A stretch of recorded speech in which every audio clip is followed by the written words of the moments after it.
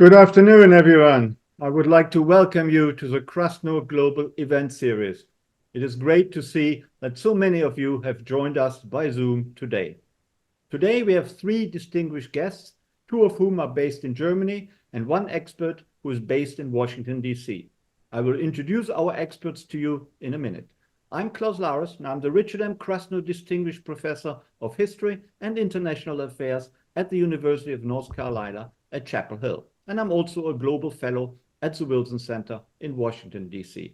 I've been running the Krasno event series for quite some time now, and we are still going strong, as you can see today. Today, we are talking about the rise of the far right in Germany and much of Europe. What explains the rise of the far right? Which factors have led to it? And how can it be stopped and reversed?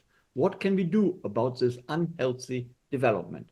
Our event is entitled The Search of the Far Right in Germany and Europe. Today was also meant to be the beginning of President Biden's state visit to Germany, the first formal state visit to Germany by an American president for almost 40 years. However, because of the hurricane hitting Florida right now, Biden canceled his visit. Still, in the course of our event today, we should perhaps also talk about the state of US-German relations. Our distinguished guests will make brief initial remarks of no more than 5 minutes each, and we will then have a frank conversation about the search of the far right. This will be followed by Q&A from you, our Zoom audience. You are welcome to ask many written questions by using the chat function at the bottom of your Zoom screen. Our two Krasno assistants will select your questions and read them out aloud to all of us. Let me also mention that, as always, we are videotaping the event today for our famous YouTube channel, on which the videos of all our events can be watched again and again and again. And so far, we have almost 200 events which you can watch on our exciting YouTube channel. And they are all worth watching, of course.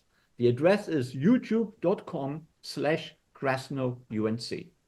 We have a great international Zoom audience today, and everyone is most welcome to submit your questions to our speakers today. Let me briefly introduce our three experts. Let me start with Mariam Lau. So Mariam is a little delayed. She will join us soon. Mariam was born in Iran, is a German journalist working for the weekly Die Zeit. In her writings, she focuses on conservatism, the New Right, and the CDU, which, as you may know, is the German Conservative Party. Her latest book was entitled, in translation, The Last People's Party, Angela Merkel and the Modernization of the CDU. Our second expert tonight is Klaus-Dieter Frankenberger. Hello, Klaus-Dieter. Hello, good afternoon in North Carolina. Good to have you.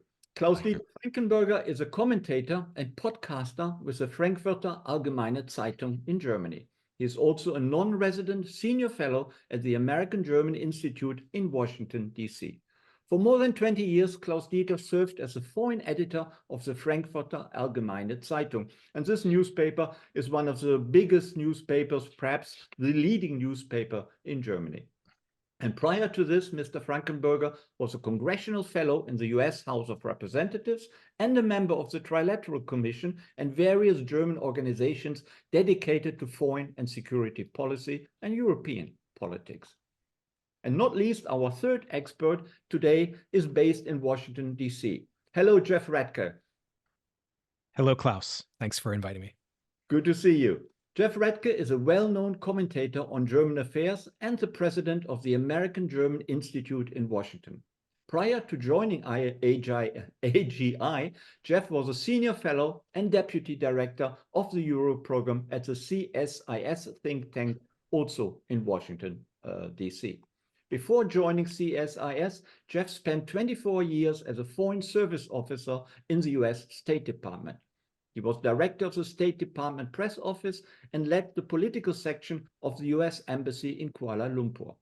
He also was deputy chief of staff to the NATO Secretary General in Brussels and served at the US Embassy in Berlin as a minister counselor for political affairs. He also served at the US embassies in Dublin, Moscow, and Riga. It is a distinct honor to have such an outstanding panel of experts on German and European affairs join us today at the Krasno Global Event Series. Thank you for coming to us, and I would say let us begin without further ado. Klaus-Dieter, may I ask you to give the first initial remarks, what you make of the situation in Germany right now? What explains the surge of the far right? Klaus, absolutely. First of all, thank you very much for having me on this panel with my distinguished friend and colleagues, Mariam and Jeffrey. And also at the beginning, let me express my sincere sympathies with the people of this state. The hurricane pounded this state heavily and brutally, and I wish all of them, all the citizens, that they recover well and overcome the tragedy and the destruction. So, what explains the surge of the far right in my country and beyond? Let me just go. I will go as fast as possible, give you my list of explanations, and if I have some time, we might come to the what can be done question. Let's go back a little bit. From Brexit to Le Pen, from Wilders to Meloni, from the Scandinavians to Saxony, Thuringia, and Austria. The politics of the underdog becomes anger-driven, thrives on the narrative of national decline, and is looking for scapegoats and easy solutions in a most complex world. Hello, Mariam. The surge of the far right throughout Europe, and this would be my hypothesis to begin with, is likely to become the new normal. Someone has written the other day in Foreign Policy magazine, Europe's far right is now its establishment. The victory of the FPÖ, the Free Party in Austria, marks the normalization of the continent's conservative fringe.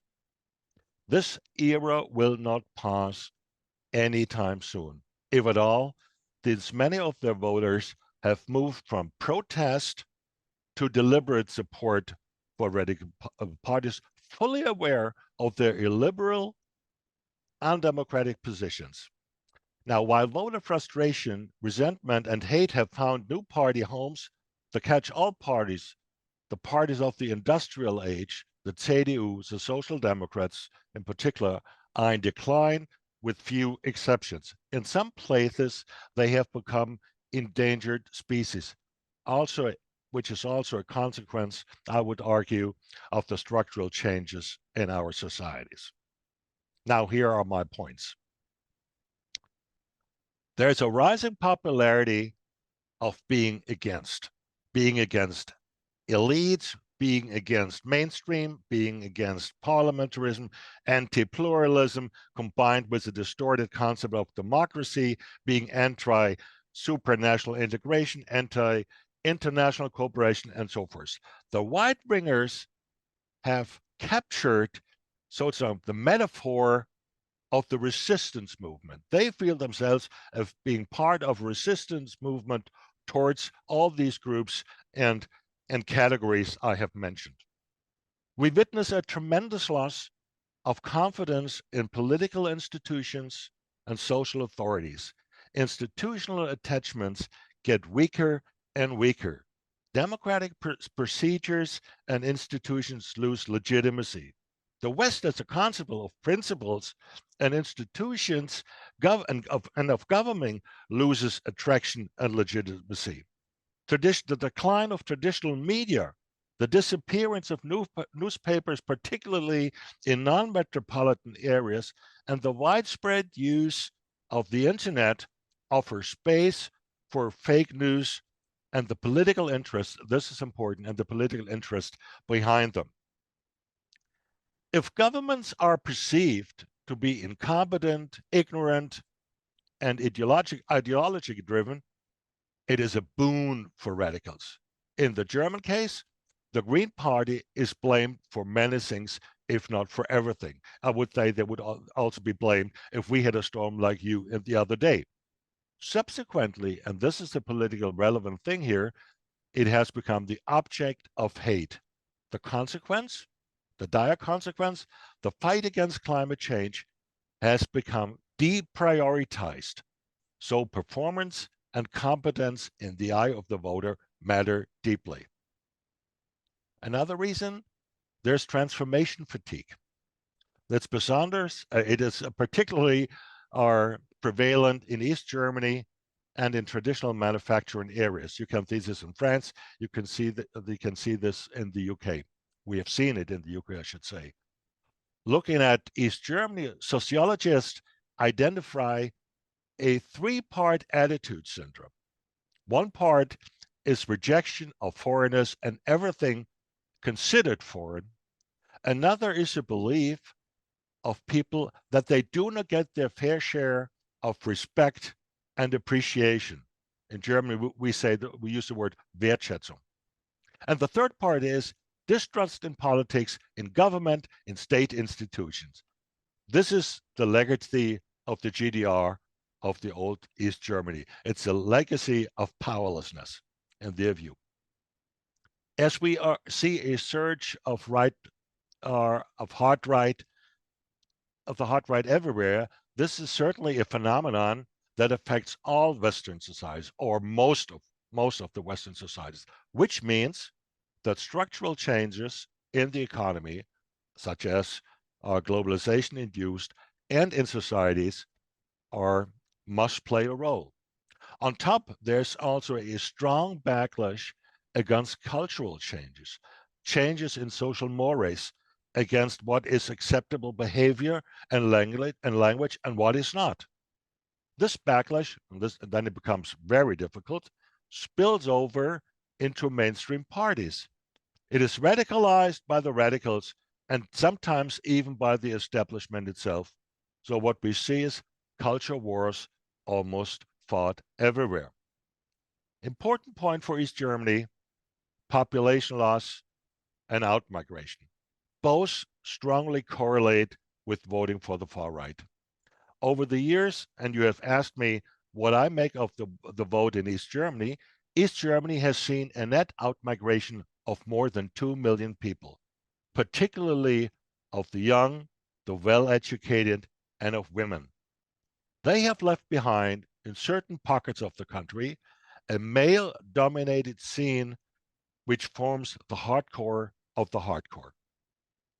Final point, but by no means the least important, it's rather the other way around. Closely related to demographic changes is, of course, migration. Regular and irregular, legal and illegal. The changes in the demographic profiles of nations, regions, and local communities and of cultural habits have caused an enormously strong backlash almost everywhere in Europe, I would say everywhere in Europe. Parties which still speak out in favor of unhindered immigration or which are perceived as doing not enough to stem the inflow pay a heavy price on election day. And that's what we have seen in the past in Austria, in France, in the Netherlands, in Scandinavia, you name it, almost everywhere. Now, what can be done to stop the surge of the right? The question if the agenda of the far right should be copied by center-right, center-left parties, and if it should be given the chance even to enter government, is hotly debated in Europe. It's currently relevant, and particularly relevant in Austria, in Germany's eastern Länder, in France, and in the Netherlands. In my country, in Germany, the debate centers around the so-called Brandmauer, the firewall. Now, there is a consensus among so-called mainstream parties that you do not cooperate with the AfD, the Alternative for Germany, the hard right group that has made tremendous gains in recent elections, in national, state, and local parliaments, and certainly do not engage in talks to form a joint government. Some argue, however, that closer cooperation with the far right might become inevitable, simply because of its strengths and simply because forming new coalition governments has become ever more difficult, which is true. And a hard right party, though the hope is that is part of government may soon reveal its incompetence and radicalism, and therefore lose clout with voters, so the argument goes.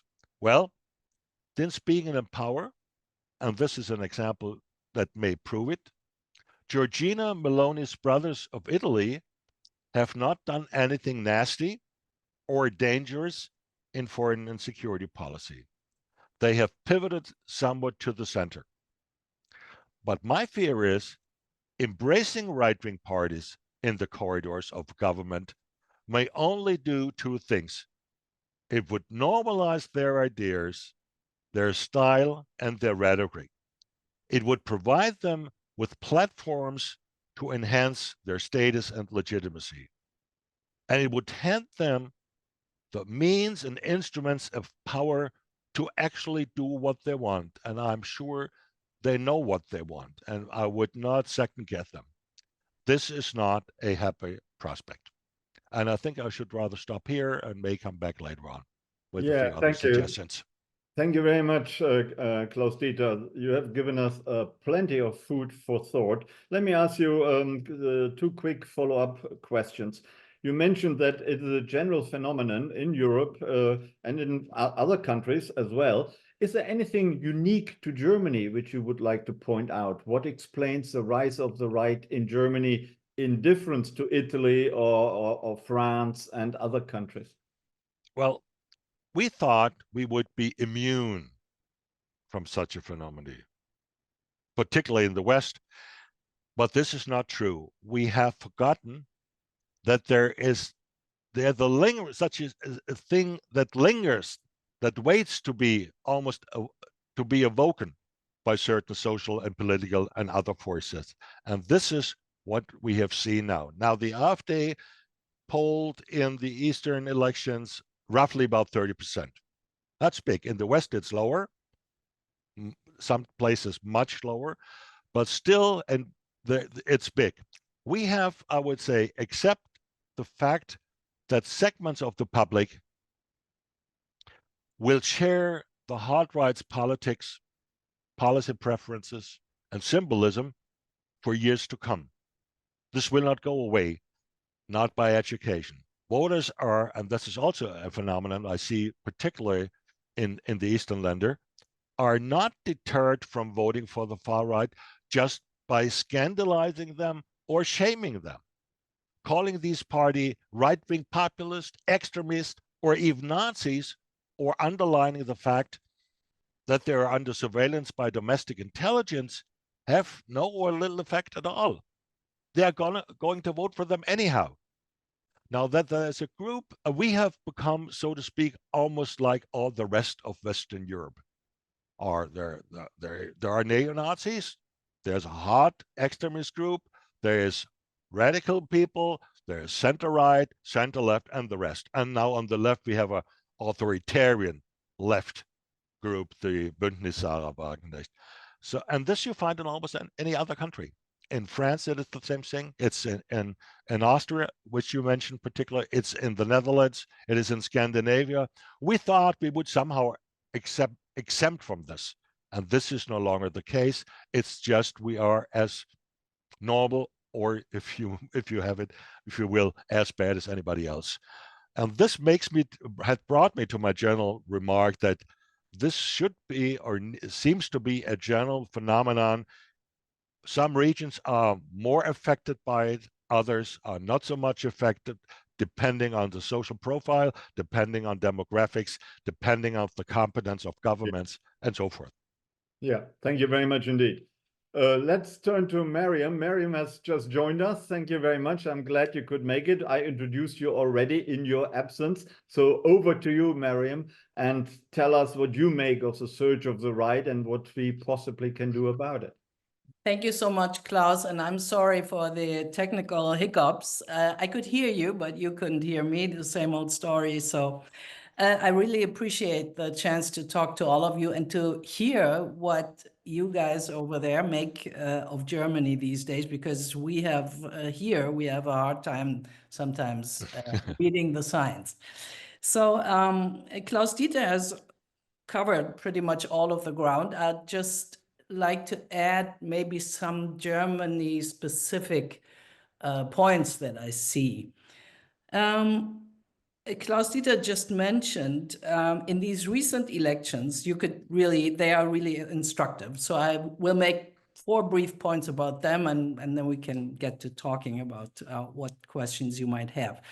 So Klaus-Dieter mentioned a third of the electorate voted for the far right, and another almost quarter voted for Bündnis Sarah Wagenknecht, which calls itself leftist conservatism, but is pretty much also authoritarian, flirts with authoritarian impulses. So you have almost half of the electorate dominated, half of these parliaments are now dominated by extremists. The second thing that struck me about these elections was that they were almost exclusively focusing on foreign policy issues. This has never happened. I have a hard time thinking of any election where that was the case for the last time. The importance of foreign policy, namely whether Germany should continue to support Ukraine, should continue to house Ukrainian refugees, or whether it should stop altogether sending military aid and rather seek a ceasefire and basically cater to Putin's wishes. Obviously, beneath all that is a larger question looming, namely whether Germany should stick to what we call Westbindung, its Western alliance, its NATO membership, and to its close relationship with the US. AfD and the new party that we mentioned, the BSW, Bündnis Sarah Wagenknecht, they are very much opposed to everything Western and to Westbindung, and they openly advocate for mending fences with Moscow, to reopen the gas pipelines, and generally to go back to things as they were prior to February 2022.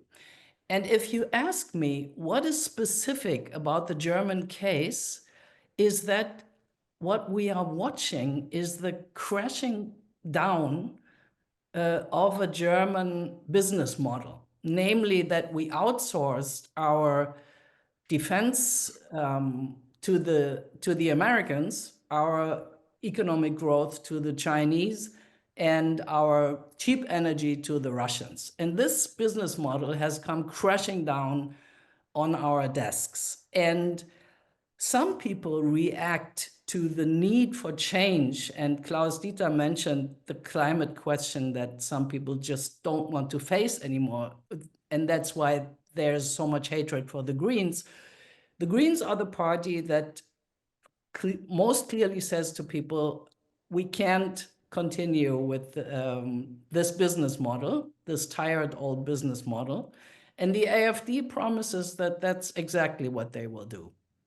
They will lead Germany back to the way things were in the 90s. The third point I want to make is that the rise of these extremists has forced the center parties into a vicious circle, namely that in order to bar the AfD from power, they have to build coalitions that go against their grain and that go against their very identities, thus furthering the rise of the extremists, because they can keep pointing to the so-called cartel parties, Kartellparteien, who have no other legitimacy for being than to, hold the front against the AfD. That's all they are good for. And the last point I would like to make is that in this current climate, none of the center parties is as important as the Christian Democrats. They are sort of the last catch-all party, Volkspartei, and it's mainly up to them to reintegrate voters, Klaus-Dieter mentioned it as well, who are disappointed by the current traffic light, who are overwhelmed with the change in social morals. I don't want to get into wokeness and so on and so forth. Many people feel overwhelmed by these new conventions that have popped up. And the need to transform the economy, which I've mentioned. And the CDU, the Christian Democrats, they are now forced to choose, if they want to stay in power, between a coalition with either the far right or the left-wing extremists, a choice that is bound to put them under a lot of stress and which might even end up splitting them apart, which is exactly what both of these extremists want. They want the end of the CDU because it's sort of the last bastion standing. And this would not bode well, obviously, for German democracy. And I'll end on this happy note, and I'll hear your questions. No, thank you very much indeed. This was most insightful. Let me be devil's advocate. You know, here in the United States, we'll deal with all sorts of crazy people. We are kind of used to that for many years. I know. So for an outsider who doesn't, let's say, understand Germany that well, the question arises, what's the big deal about the AfD? What's the big deal about Bündnis Sarah Wagenknecht? And how would you actually define the difference between the two? Are they more or less just the same sort of thing? Or is there quite a significant difference between them? And what's the big deal about these two parties?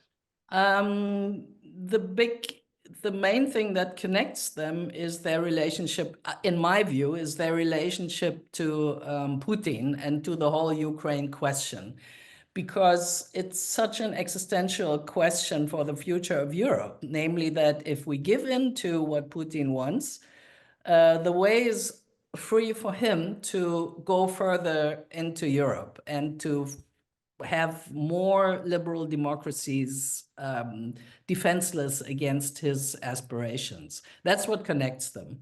What differentiates them is the level of, I would say, racism and resentment on one hand, and on the other hand, the AfD has strong economically libertarian views. Its leading person, Alice Weidel, is being called a globalist because she worked for hedge funds and what's the name? I'll think of the name in a minute, but she's being called a globalist because she advocates libertarian capitalism. She likes My Lai and she likes Trump and so on. And Sarah Wagenknecht is obviously, she comes from the communist, from the old left. From her background is definitely communist, and she still has a very strong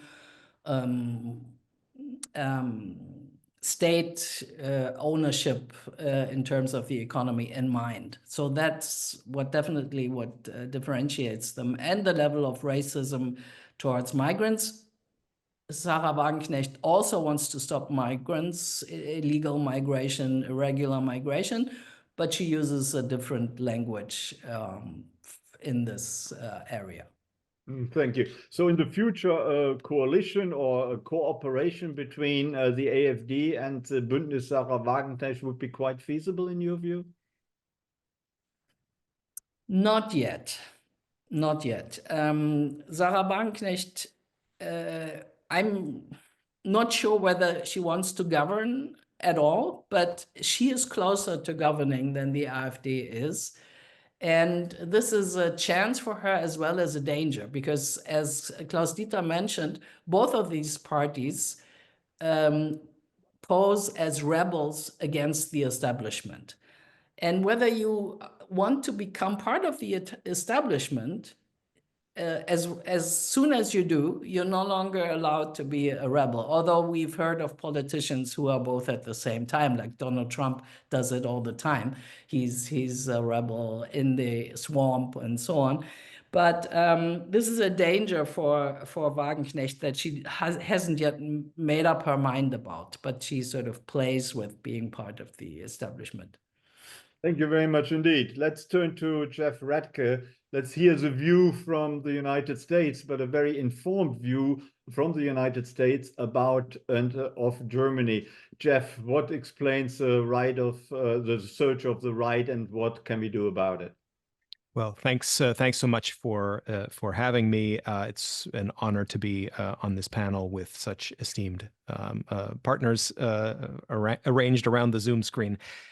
And I have to say, like, this is an extremely important topic. One thing that we notice at our institute is that content we produce and publish that relates to things like the AFD is among the most visited on our site. So I really thank you for the opportunity to talk about this.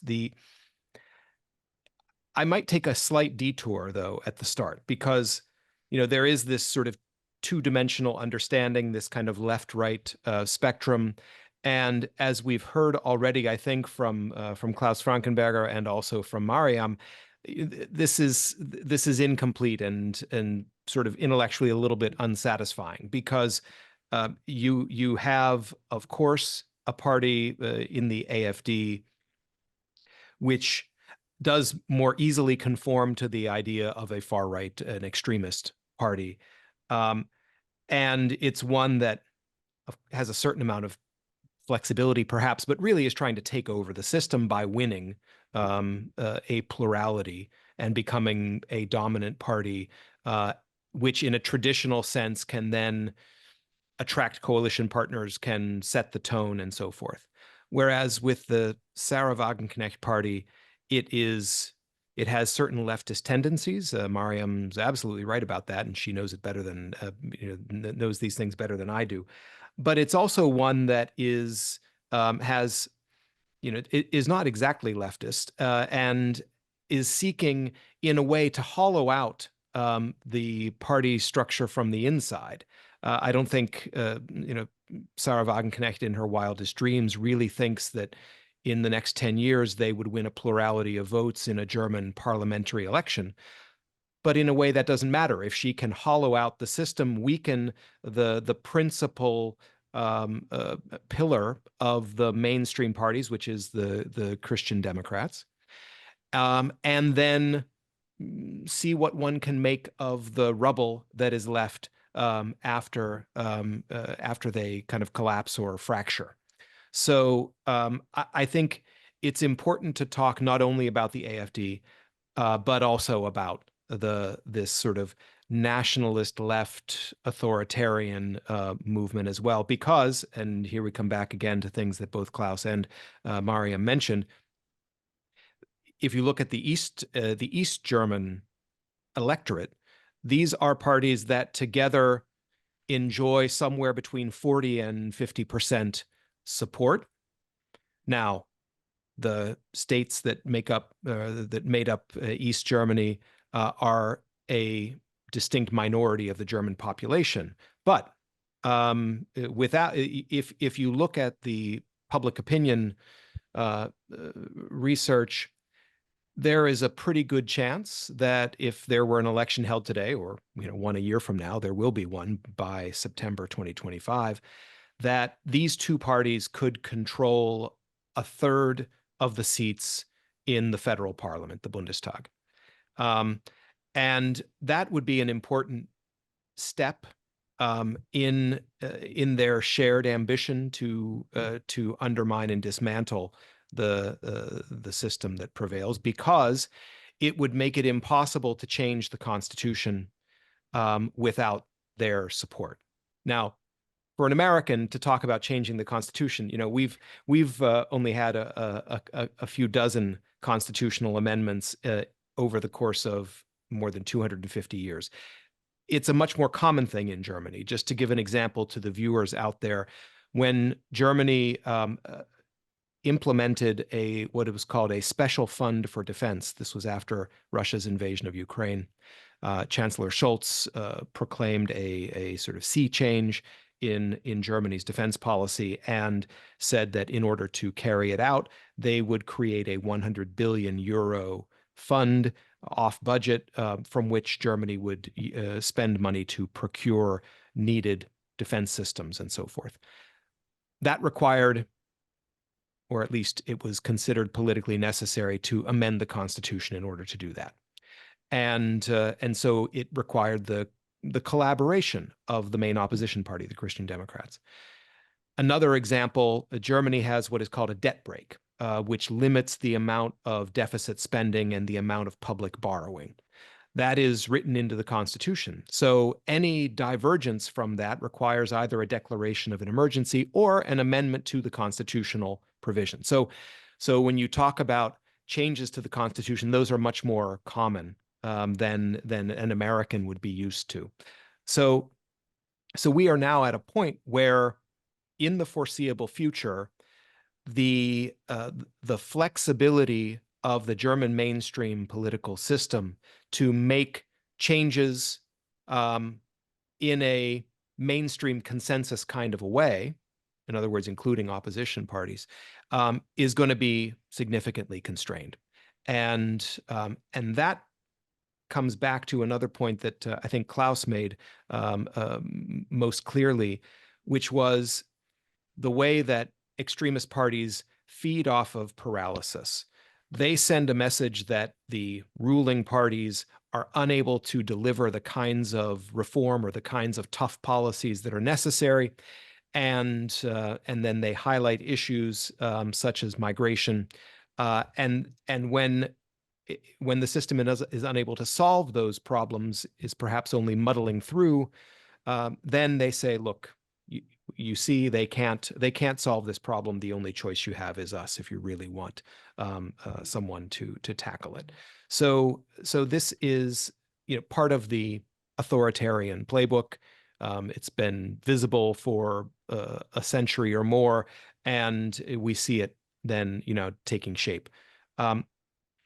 There's another thing that I think is important, in that Germany's got a political culture that has been deeply committed to democracy, that has been nurtured over the course of 75 years since the Federal Republic of Germany was created in 1949, and that was, that worked around a limited number of parties with, where a certain kind of flexibility and coalition making was possible. Germany now has the party diversity that you see in many other European countries, but without the concurrent development of political flexibility and ability to form different kinds of coalitions and to see them through effectively. So in a way, it's sort of the worst of both worlds. You have the fractiousness without the ability to form coalitions, and you see. Mariam talked about the Christian Democrats as sort of the center of gravity for what's going to happen politically in Germany over the foreseeable future. You see the Christian Democrats having ruled out certain kinds of flexibility, justifiably in the case of the far right AfD. Less clear the benefit of their having ruled out collaboration with a party called the Left, Die Linke. That hangs still like an albatross around their neck in certain specific instances. And where the German Christian Democrats have embarked on a policy of absolutely demonizing the Greens, which has a certain tactical short-term benefit for them, perhaps, but is making it extremely hard, and will make it harder for there to be a workable majority after the next federal election, because the Greens have been so tarred in the view of center-right voters as being responsible for all the ills, as Klaus put it at the very start. The last thing I would just touch on is Klaus Larres, you asked about U.S.-German relations. So let me just say a word about that, because today was the day when President Biden's sort of farewell visit to Germany was supposed to begin. We're in sort of a, there's kind of a best of times, worst of times aura to this. On the one hand, the level of warmth and closeness between the governments of Germany and the United States rivals anything that I think you could point to in the last several decades. of transatlantic history. President Biden and Olaf Scholz have had a very productive and close partnership, and the coordination between the two governments is, I think, pretty extensive, and something that they are proud of. And in that regard, Biden's visit from an American perspective would have had a very heavy element of celebrating the restoration of America's traditional alliance relationships, which Joe Biden put at the heart of his foreign policy vision for the United States. So there is something serious and important there. However, if you look at the nature of the challenges that the United States and Germany face internationally, I think it's hard to escape the conclusion that the shared vision for this partnership is really lacking in ambition. It's about risk management rather than shaping the external environment, whether in Europe or more broadly. And this is, I think, leaving us in a position where we don't have the ideas or the communicative infrastructure to inform our publics about how we are going to work together in new ways to deal with new problems, and not just celebrate the way we worked together in the past to overcome the Cold War and the immediate post-Cold War period. There's a lot more to say. I'm sure we'll get into a lot of it. Mariam mentioned the way foreign policy, by the way, is becoming an object of state-level politics, which is a fascinating thing, and I think is interesting to talk about, perhaps in the way Sarah Wagenknecht is trying to place foreign policy demands on the table in negotiating state-government coalition agreements. Really kind of an unprecedented thing, at least in recent history. So lots to talk about, but I'll stop there. Thanks so much. Thank you very much, Jeff. That was very helpful.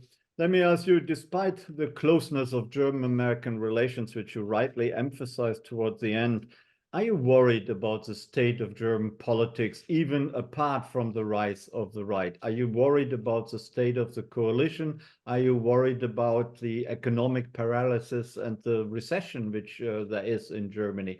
And what, in your view, could be done about it? Mm-hmm. Well, the economic difficulties Germany is experiencing, and where Germany kind of stands out in Europe, if you look at growth rates in the Eurozone area, Germany is lagging. Germany is basically dragging down the growth of the EU economy in the aggregate. So that is a problem. We are back to a situation where 30 years ago or so, people talked about Germany as economically as the sick man of Europe, especially toward the mid 90s, until there were really significant reforms domestically under Gerhard Schröder. So that's a real problem, because it amplifies the political constraints, and it provides ammunition for the far right and far left parties to say, we had a good thing going here in Germany, and now the Greens, with their crazy, energy transition policies, and the governing coalition with their antagonizing Russia, have ruined everything. It's a false narrative, but it's one that is compact, concise, and can be compelling for a lot of people. So I think Germany's the gridlock in economic policy reform is a real significant problem, also from an American perspective, because if you think about the challenge of China's ambitions, China's hegemonial aspirations, not only in its own region. If you look at the way China and Europe have been looking at the question of electric vehicles and so forth, you see the ways in which Germany in particular is becoming a constraint on Europe's ability to adapt to a more competitive and in some ways more confrontational international environment. Not just because the United States wants to have Germany and Europe as a partner. That's true. But I think if you look at this if you try to put yourself in the shoes of a European decision maker and what Europe's interests are, I don't think it is being subjected to bullying and dumping from China and diminishing Europe's ability to set its own independent course. So I think it's in Europe's own interest. It's for Europeans to judge, but that's the way it seems to me. Thank you. I think by the sound of it, you call for much greater German leadership in Europe, I would say, if not in the Western Alliance.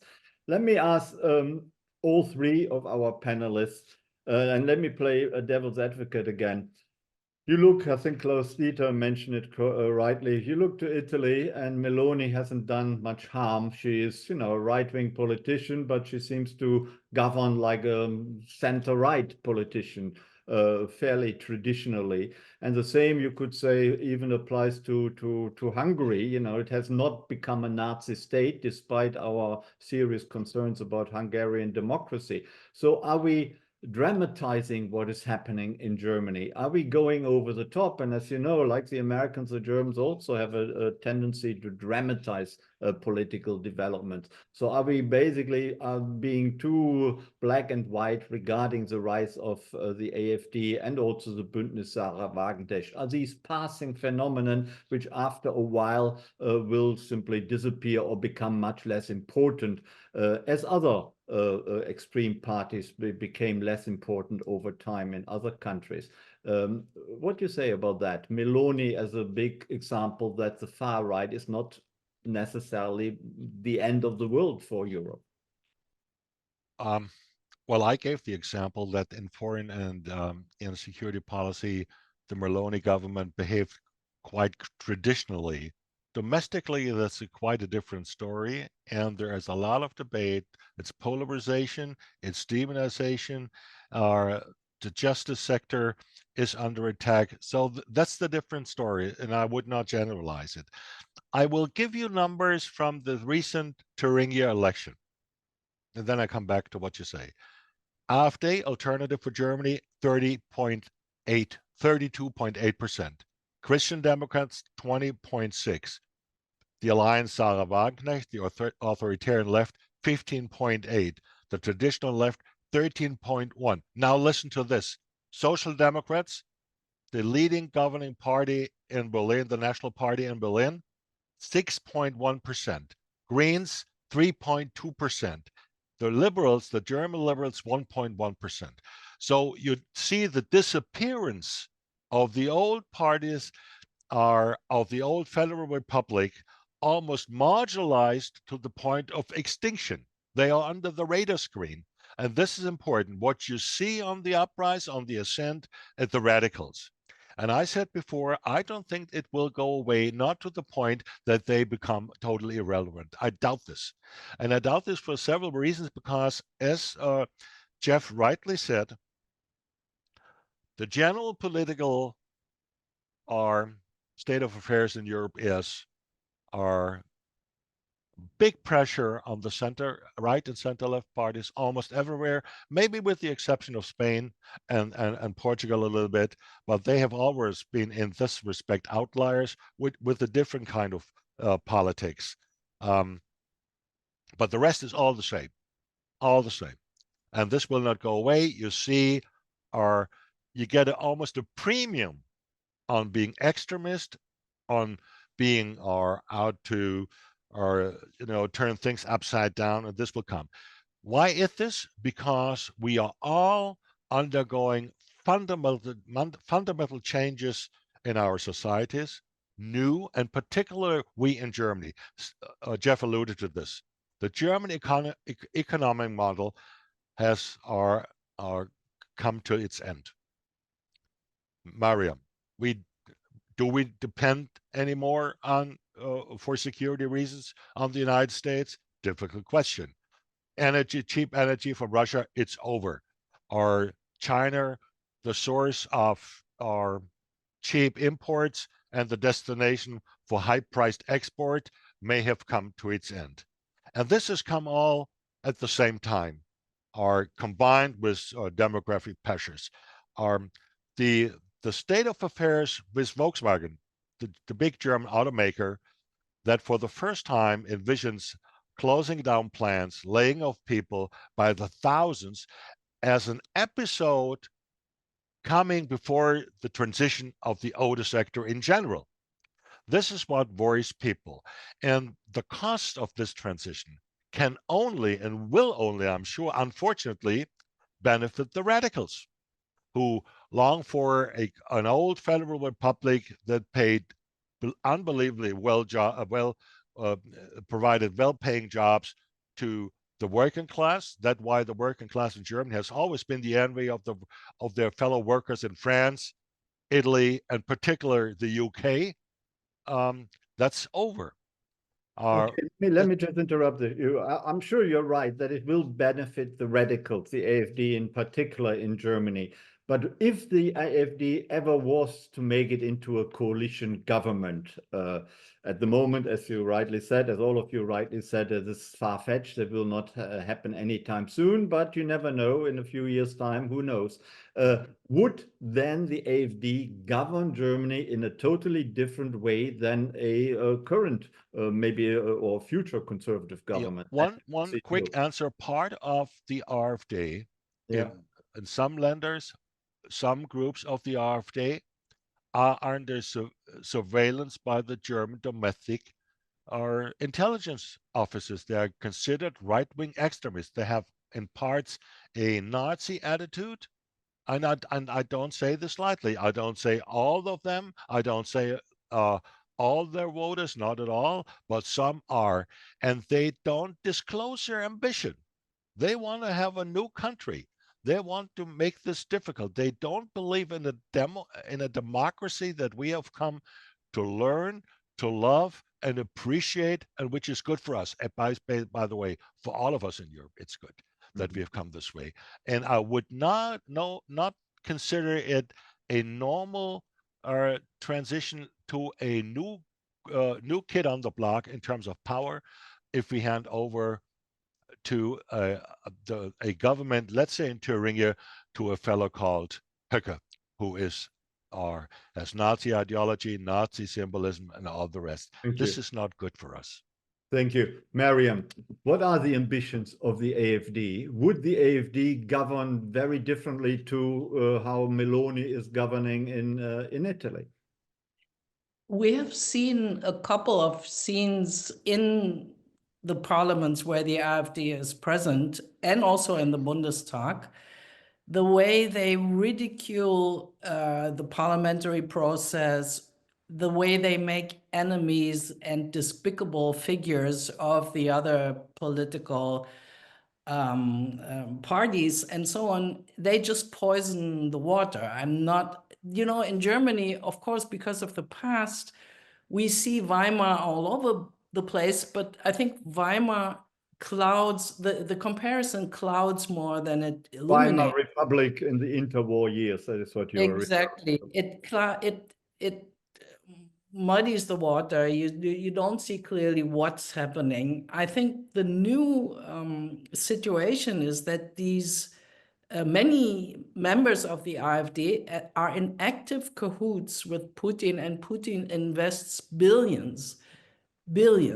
in cyber attacks, just sowing distrust in government, spreading fake news, and all about this in the US, obviously. I'm not saying everything is Putin's fault. The core of the problem is what we've all talked about, namely the crashing down of the German economic model and so on.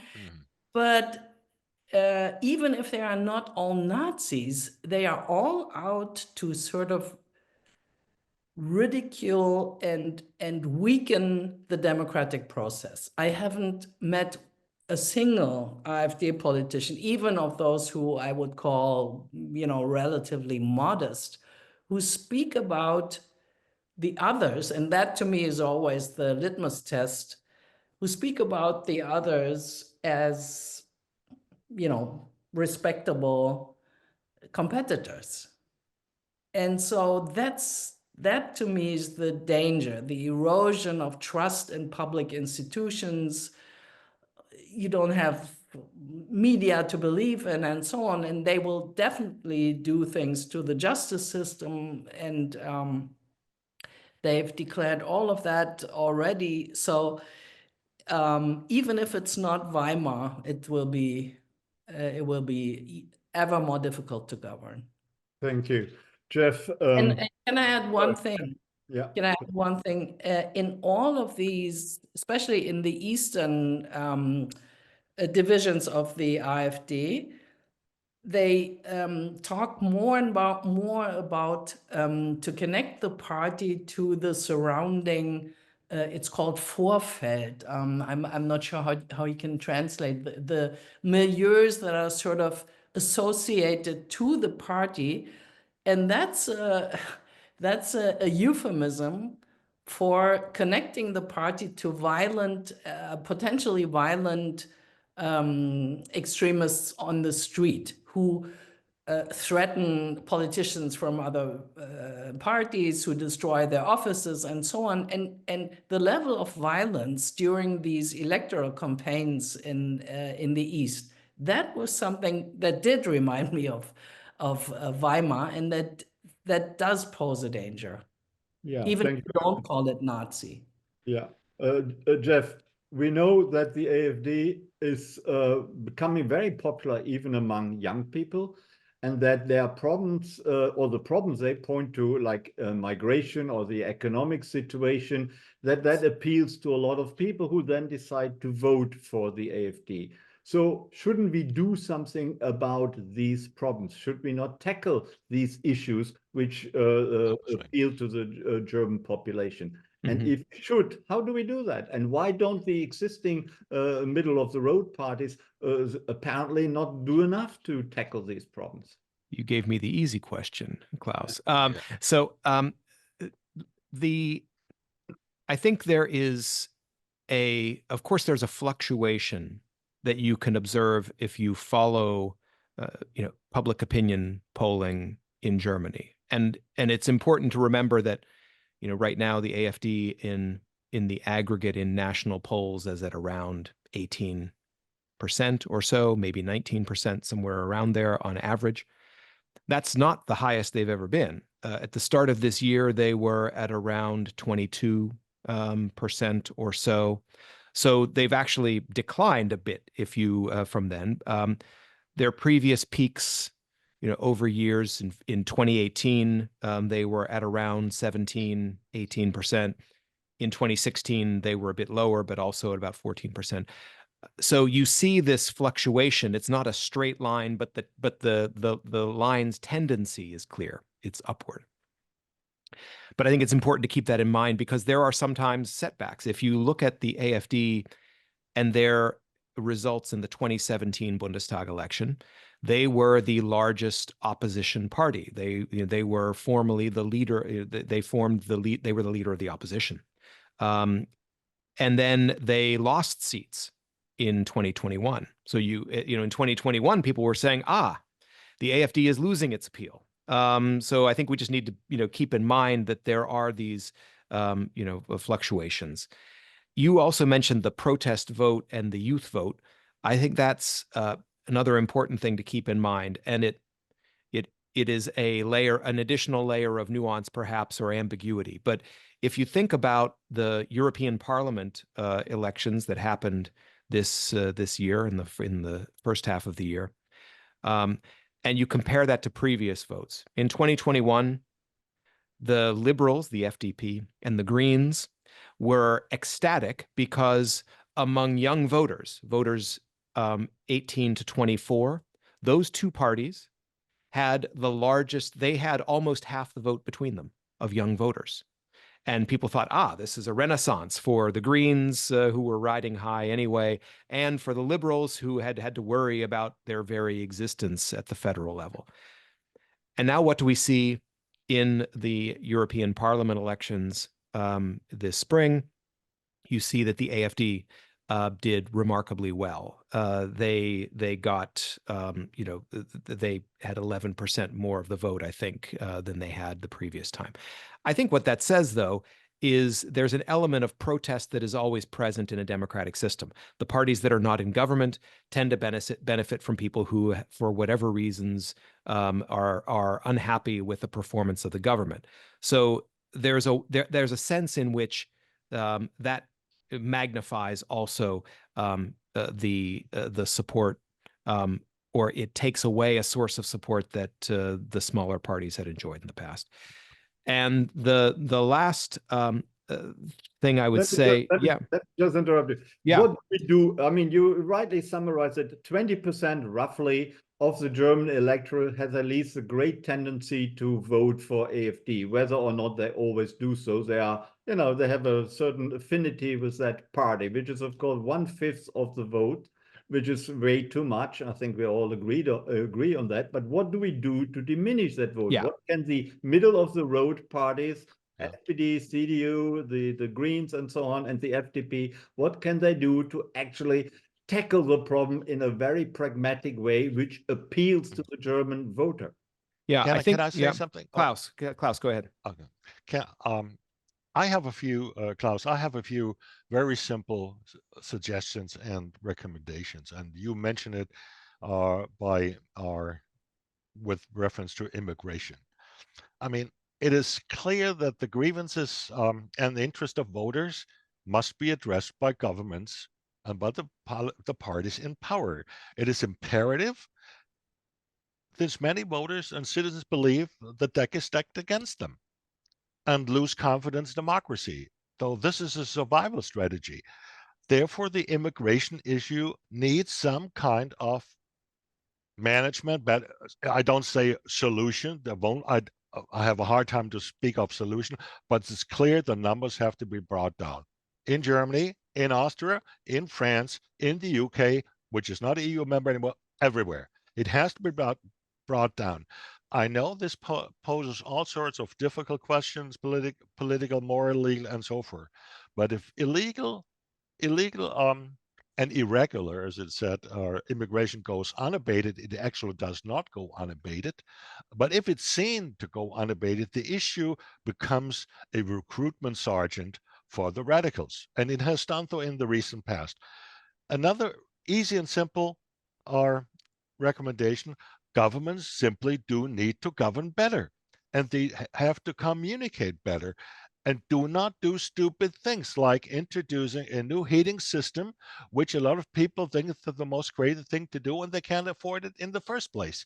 Have someone like the Chancellor, who gave on February 27, 3 days after the Russian invasion of Ukraine, a great speech in the Bundestag with the name of Zeitenwende. He inaugurated the concept that Germany is now on a different track, and it will do everything to modernize its military and so forth. All know that.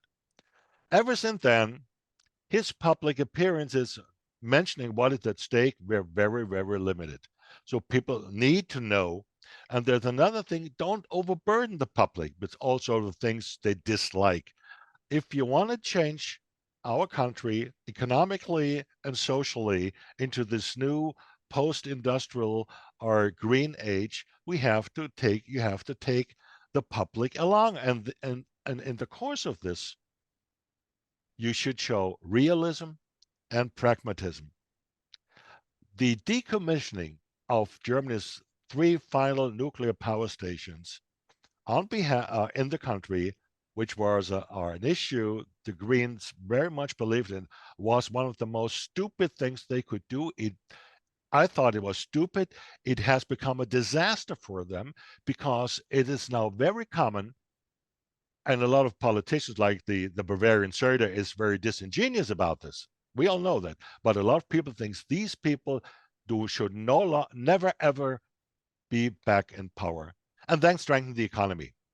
Preserve the base, preserved as much as possible the technological advanced manufacturing base as what you do right here, right now in the United States. And this is not a panacea, but it helps to check in the ascent of the radicals. Just a few things. Thank you. So would you say that Olaf Scholz is basically to be blamed for the malaise we are in right now, or does it go well beyond the role of the it goes well beyond that, but he has a responsibility. I think he has done some good things, but he's leading a party that polls at the moment at 13, 14%. He is not perceived as a strong chancellor. He's perceived as one of the weakest, rightly or wrongly. But the coalition government, the national coalition government, is in no good shape. It is seen by 80% of the voters of not being in good shape, almost being a disaster. And these perceptions feed on themselves, and that's why we spoke earlier about an early election date. They're the reason for that. Did Angela Merkel, in her when she was chancellor from 2005 to 2021, did all marvelous things? No, not at all. And there's a bad legacy of her, which we pay now very dearly for: infrastructure malaise, rundown of the Bundesbahn, the immigration issue, and a lot of things which at least are controversial. But there's a lot of things. And then, of course, there are the structural changes which allow for a group like the AfD to, become, as Jeff said some years ago, the opposition party in the Bundestag. Thank you very much. Mariam, do you see it similarly, or would you like to contradict what Klaus-Dieter just said? No, I basically agree. I think that especially the issue of migration, there we have to see a sea change. But what can we do about it? There have to be more of the deals that we had with Turkey. That actually was the one thing that really brought the numbers down, and that's what has to happen. The numbers have to go down, and there has to be some sort of control. That was a bit of an unsavory deal. We pay millions and millions to a country which is not one of the greatest democracies of this world to keep migrants within its borders or well beyond its borders, and the Europeans and the Germans pay for that sort of at least flawed deal for the sake of diminishing the number of migrants to Germany itself. How does that square with humanitarian values, with democratic values? Well, the thing is that it did square with all these values because they treated the refugees fairly. There may be an authoritarian system, and we may not like the direction that they're going, but they did treat their Muslim brothers from Syria basically fairly. Now things are changing because they have taken in 4 million people. Okay, if we accept that, would the AfD not turn around and said, you pay millions and millions and millions to Turkey, that shouldn't be done? Would that not give new ammunition, though different ammunition, to the AfD? It's we have to ask ourselves whether we believe in working solutions. If we don't believe in those solutions, we can give up making any policy efforts. If we do believe that there has to be a real change and things have to work for the extremists to lose support, then we will have to try to really change it. And the worst thing that can happen is what happens now, namely that people in a panic, the authorities in a panic decide all kinds of things that don't make a difference, like rejecting people at the border. What does that mean? That means we're basically giving up on the Schengen Agreement, free travel within Europe, in favor of something that's not going to work. It's going to send a cascade of refugees from Germany to Austria and end up in Greece and Okay. Thank you. Let's go to Jeff and ask him if that Turkish solution, so to speak, or management of the migration question is something you would also endorse. And what about Klaus-Dieter's assumption that the end of the nuclear age in Germany was highly stupid? Would you agree with that, or did the government of the day, the Merkel government, and then Scholz, of course, did they have no other choice because of domestic opinion? Mm-hmm. So, and then once we have taken you, I think we open it up to questions from the audience. Great. I agree with Mariam. I mean, the deal with the Turkey is one element of trying to manage a, let's think about what Germany and in our own way the United States also is confronting, which is the change in transportation networks, in international cooperation, let's say the Schengen zone in Europe. All of these things have changed the way that the circumstances in which our asylum systems have operated since the end of the Second World War. And, and that lies at the heart of the problems we now confront. In the United States, it was the case that people used to come into the United States maybe without documentation in order to work and to be kind of invisible to the system. Now the path is to claim asylum, to be visibly part of the system, but a system that is so backlogged that it takes years and years before a decision is made, and then a person may never be returned, even if they're found not to be, qualified. Similar problem in Germany, and it's magnified by the fact that you've got this, you've got the so-called Dublin agreement, the Dublin system, and free movement across borders. Clearly there is a need for Germany and the rest of Europe have started to try to reform this, but it's been minimal change, and there's not a clear positive result from it yet. And this is an area where I think the German government should be exerting more leadership at the European level to amend and update, modernize a system that came about for extremely good reasons, but that is no longer able to deal with the circumstances. So if you were an advisor to Olaf Scholz, you would basically pick up Mariam's suggestion, go back to the Turkish attempt to manage them. That's not the only solution, but if you look at if you look at the numbers of arrivals in Germany, leaving aside people fleeing the war in Ukraine because they're treated, they're handled differently, you have, I think it was in 2023, you had 325,000 people, which is an enormous number.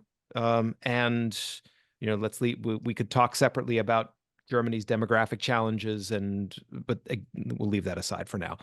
This is just a large number and difficult for social services, for municipalities and cities to deal with. And so it's dealing with Turkey is a part of the approach. You asked also about energy. I think German leaders have done themselves a disservice in a couple of ways. In one sense, they have told the German public that energy was cheap before the Russian invasion of Ukraine. We had cheap gas from Russia. It is a myth. And certainly if you look at energy prices, in electricity prices, Germany had the highest electricity prices in Europe before the Russian invasion of Ukraine. So by talking about how everything was better before the Russian invasion for Germany economically, I think they are in a way strengthening the arguments of people like Sarah Wagenknecht, who say, even if we feel sorry for the Ukrainians, we really can't do anything to stop it, and we really need to get back to that system that people thought was so great.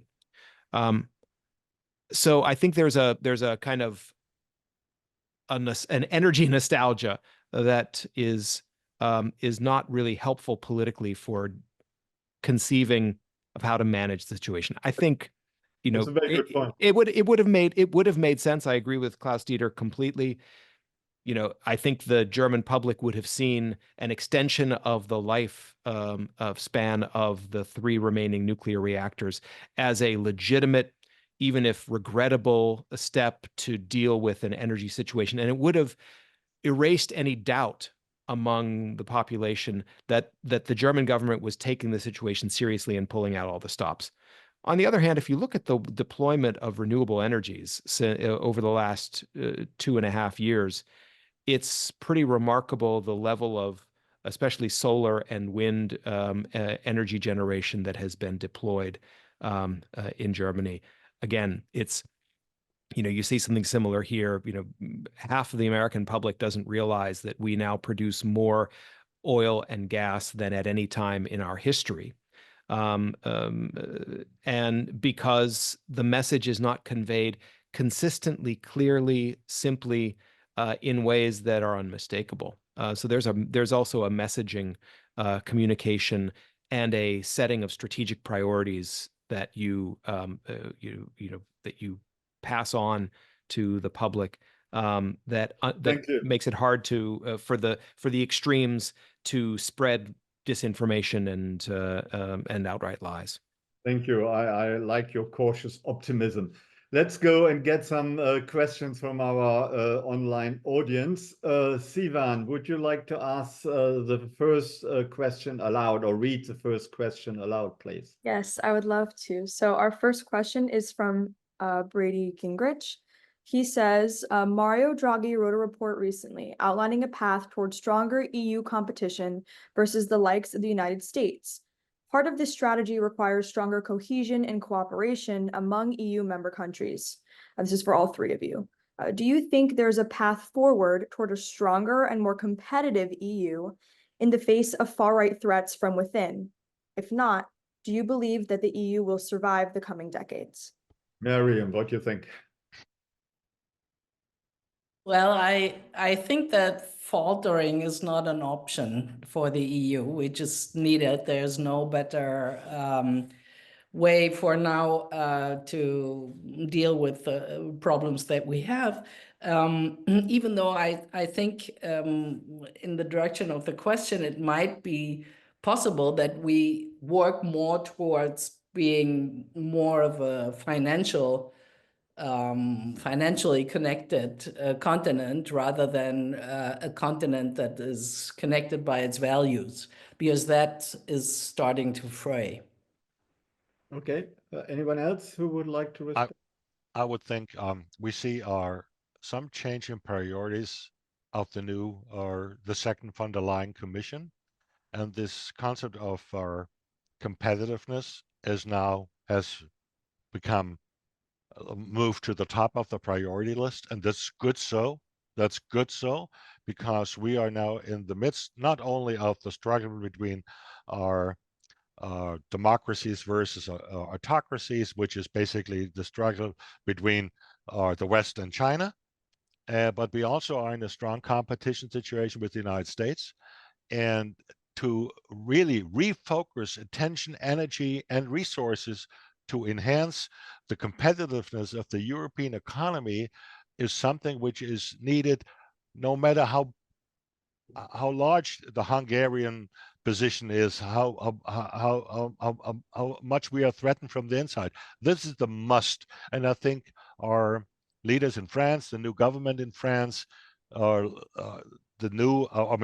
it's a new CDU government that might enter the corridors of power next year in Berlin. They would share this new priorities, and I think it's imperative that we do so. We should not dilute our energy. We should not dilute our attention. So this should become a priority, and I would think almost all European countries share this idea. The question is, European-wise, who's paying for it and by what instruments? Will there be European debt or no? Then we have another conflict, but the theory in general, the thrust is enhance the competitiveness, period. period.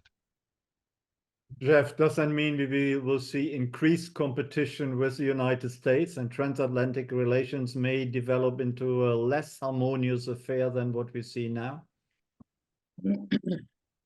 Possibly. I think a lot of that depends on the outcome of the election here in a few weeks. But it's certainly, if we have a Trump administration after January 20th, one of the things that is, extremely predictable is antagonism on economic issues toward Europe. So there is a way in which that could accelerate European consolidation and reform and a focus on competitiveness. If there's a more antagonistic environment across the Atlantic, it could give some of Draghi's recommendations greater power and make them more, seem more compelling and immediate.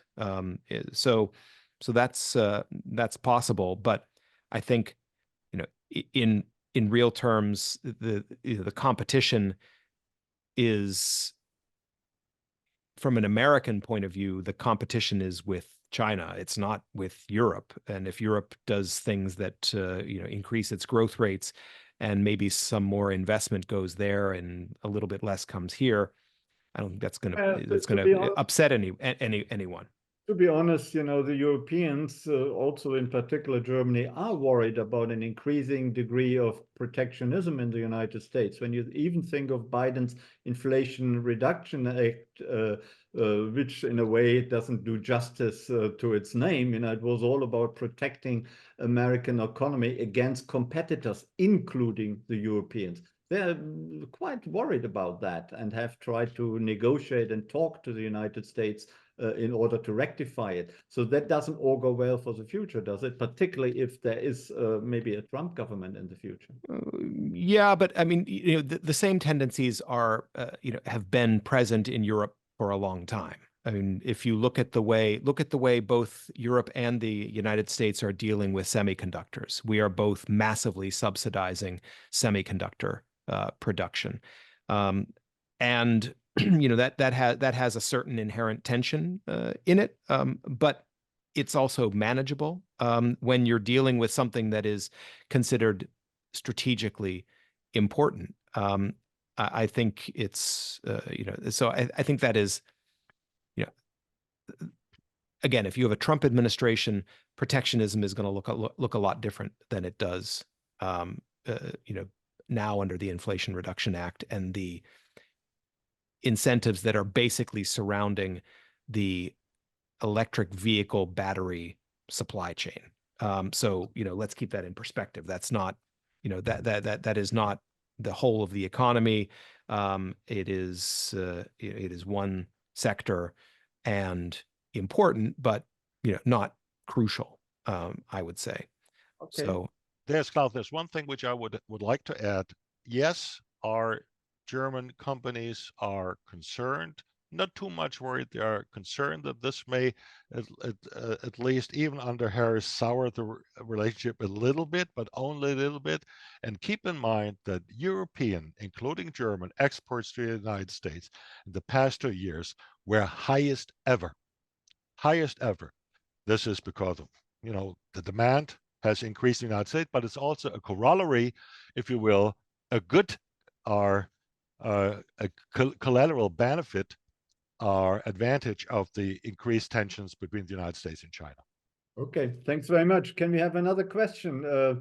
Katie, our second Krasno assistant, would you read the question aloud? Yes, absolutely. So this one is going to also be a question for all, so whomever feels most inclined. But Pasuth Thothavi Sanuk asks, could the speakers elaborate as to why it sounds like they collectively write the SPD off? Why is the CDU the only viable big tent party remaining, even though the SPD in 2021 showed that it could still garner broad support? And could there be some momentum from finishing first and gaining votes in Brandenburg for that party? The future of the SPD. Who would like to tackle that question? Mariam, maybe? Actually, it's a good question because that is exactly what they're hoping for. Those who have been called dead may arise yet, and it was what happened to them at the last elections. Nobody gave 20 cents on them, but still they, rose to the chancellery because the CDU was just not in shape. But this time people know what an SPD government under Scholz looks like, and they know that he did some good things, but basically he just wasn't able to lead the country in this situation and in the most important regards. And also he has led all important relations to the Poles, to the French, to the British really linger in limbo. And so I wouldn't count on it. I just see that they are now in the polls at 14 to 18%.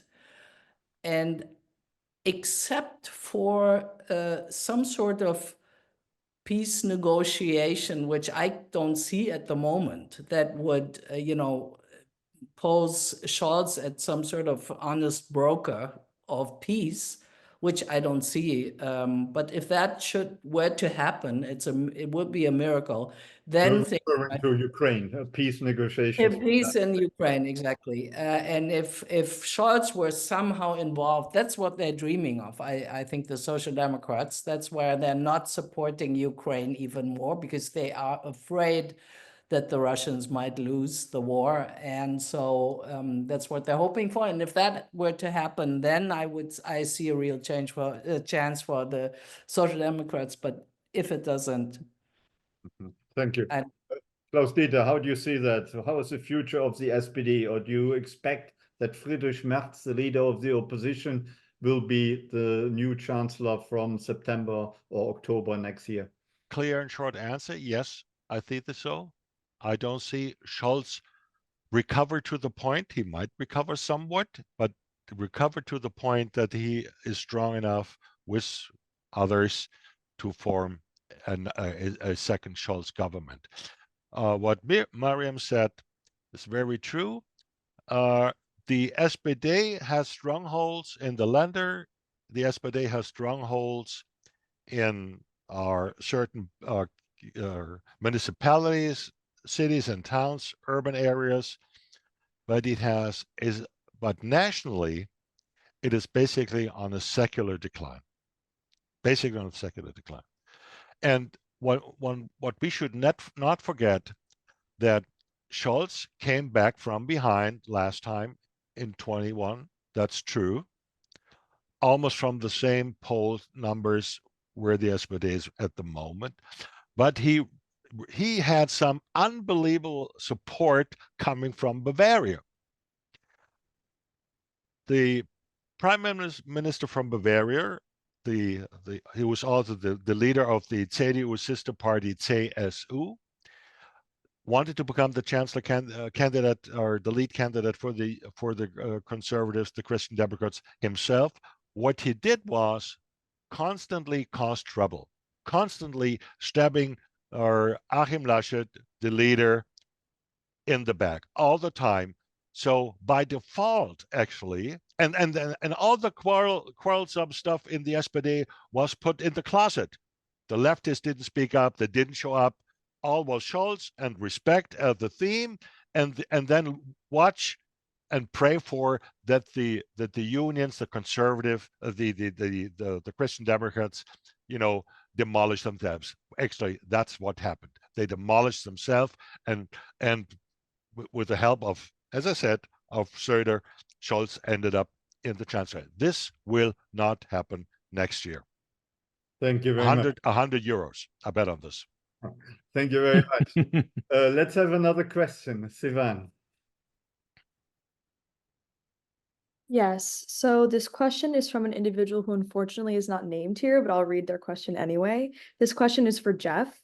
You said US-German relations have been restored, but that there was no vision for the future. What should we be doing? Thanks. So I think there are two aspects to this. There's There's a German aspect where I would, humbly offer a view that the German foreign policy has been successful in working with the United States up to a point, and in light of the strong defense and security partnership between the two countries, that's also been put on a good track. So that's a legitimate accomplishment.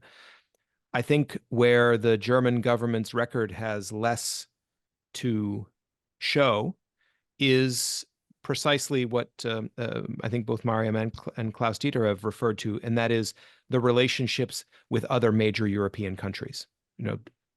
Germany is in a situation where just a few months from now, it could be dealing with a very different U.S. administration, one that looks antagonistically on Germany especially, and on Europe in general. And in those circumstances, you would want to have the strongest possible collaborative relationship with the leading European countries, to have a shared agenda for how you want Europe to reform, strengthen its own position, whether that's in security terms, economically, or in other ways, and be able to hang together if you've got a more rocky situation across the Atlantic. And that hasn't really happened. So I think that's a real weak point that is worth talking about. From a U.S. point of view, I think the Biden administration has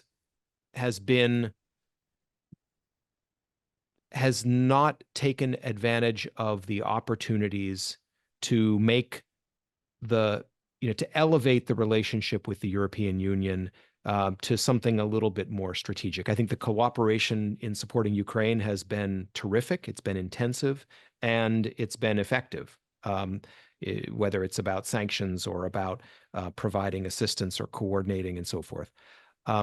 But beyond that, I think it has really become it's been technical.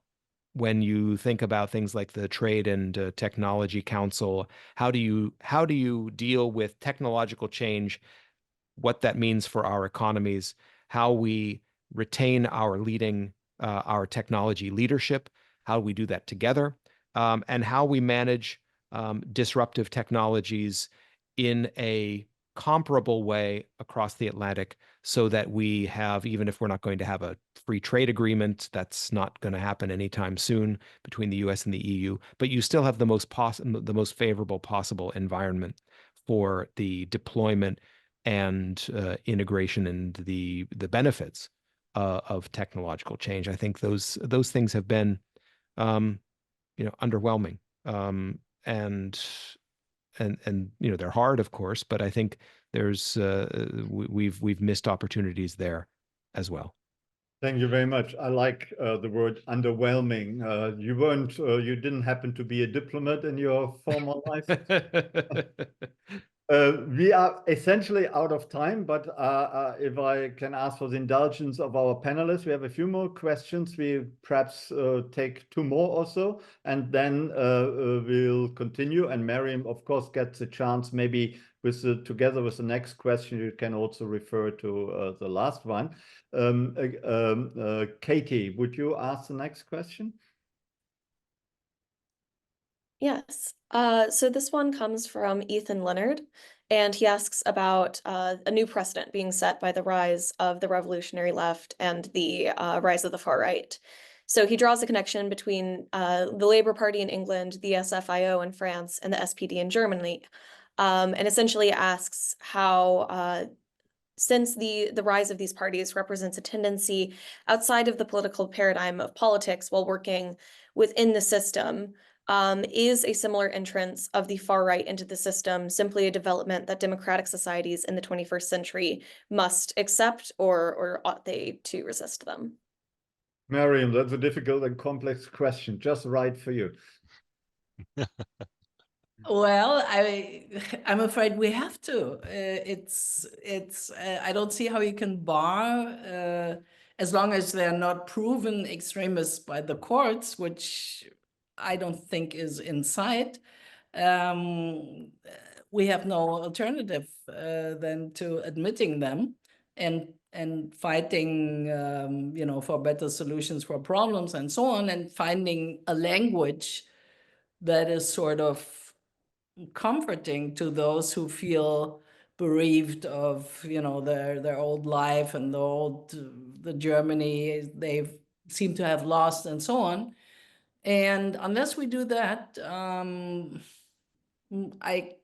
I think that this will be happening. This is what is going on now. The right is just where the new ideas come from. I don't see where the left has developed any new, sense of direction.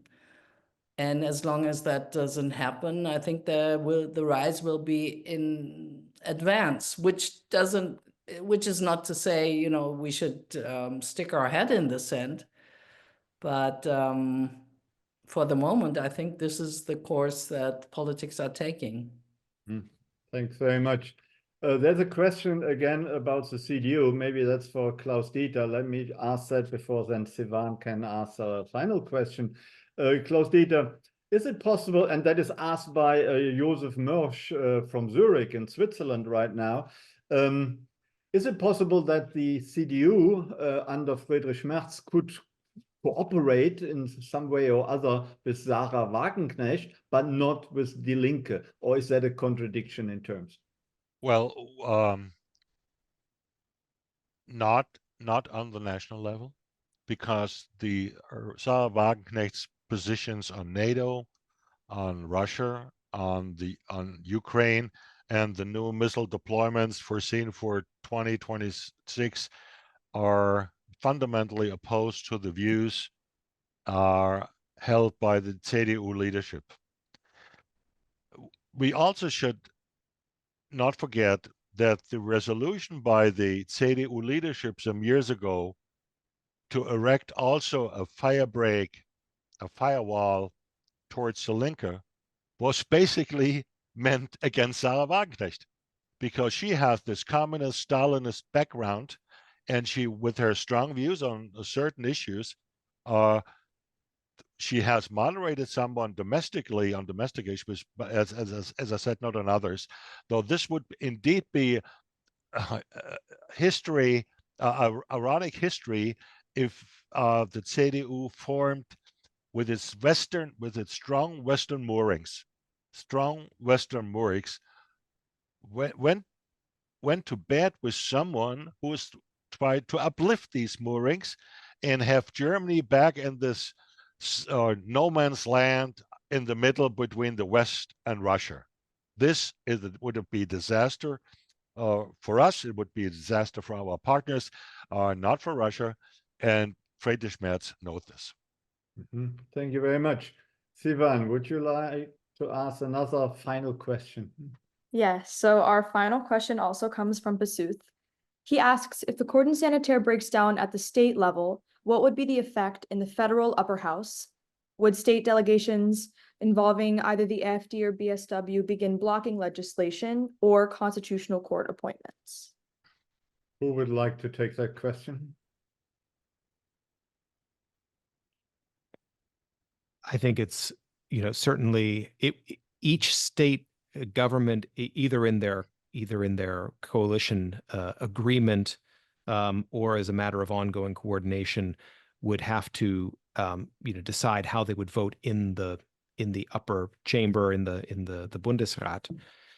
I think the weight that those states have in that chamber is not sufficient to disrupt the normal workings of the federal government. I think what you would be much more likely to see would be problems at the state level, either by interfering in the work of the domestic intelligence and law enforcement security services and those kinds of things. I think those would be more immediate and practical rather than something that would cause paralysis at the national level. Thank you very much. Maybe I ask a very final question to all of you, and let me know what your prospects for the AfD in Germany are, what you think will happen. What is the future of the surge of the far right in Germany? Will it continue? Will it be stopped? Or what do you expect for the next 2 to 3 years? Let's start with Mariam. Yes, I would think I think that the rise will continue, even though we've seen, as Jeff pointed out, that they have been stronger than they are now. I think everything hinges on the question of migration, whether there are solutions to be found. If not, I see a steady rise, even though they have now strong competition with the BSW. Thank you. Klaus-Dieter, would you like to chip in? I see the AfD stabilizing, if this is the word, at around 30% in the East. There will go no higher than 20% in the West, in the Western states of Germany. They have reached a certain kind of plateau, which I find difficult for them to cross, but nevertheless, they will exert influence in all parliaments they are in, or they will try to make appearances that bring a lot of attention. And just the idea, coming back to the previous question, a Sarah Wagenknecht collaborator appearing in the upper house of our parliament, Berlin, and really making demonstrations and protesting and calling for the end of military assistance to Ukraine would, of course, unbelievably increase the attention, the press coverage, and so they will have an effect. This will have an effect on national governments, on policymaking, and also how Putin, how Russia, the Russian leadership sees us as an unreliable, the most important country in the heart of Europe becomes unreliable and probably a prey for agitation and propaganda and influence. You expect that or you fear that? I feel that. I fear that. Jeff, over to you. Would you share that opinion, or do you believe that Germany will continue to be a reliable factor? No, I feel we will be reliable, but if the AfD is given positions of authority, then it's a different story. Mm-hmm.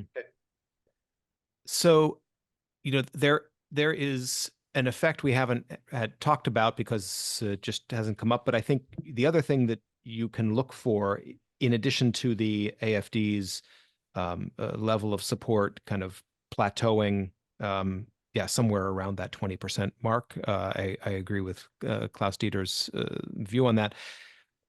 You also face the likelihood of small parties not making it back into the Bundestag after the next election. The FDP could fall below the 5% threshold and not be represented.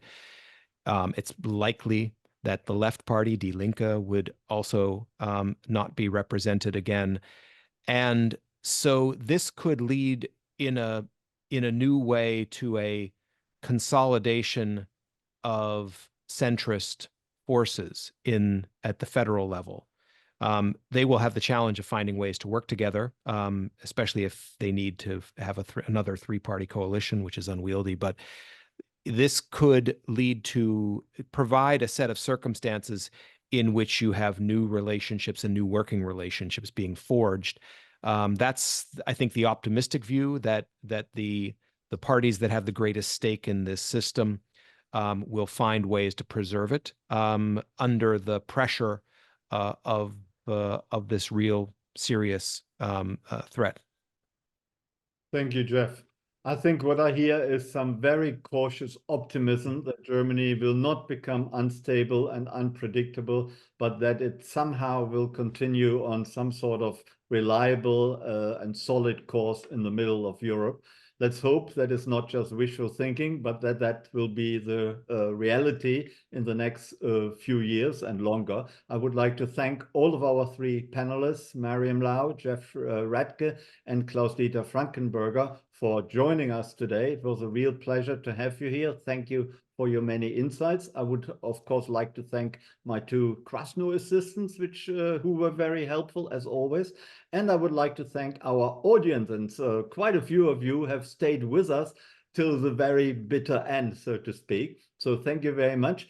The next Krasno event will actually already take place on Tuesday coming at 5:30 p.m. this time. That is a former CDC director, Robert Redfield, who will talk about biosecurity, and he will also talk about pandemics and COVID-19 and the competition with China and whether or not China had something to do with the COVID virus or not. We will find out from him. So we will have another interesting and insightful discussion on Tuesday coming. Until then, I would like to thank all of you once again. And please do not forget to watch our YouTube channel as regularly as possible. And I'll see you again on Tuesday for the next Krasno Global Event Series. Thank you very much. Good night.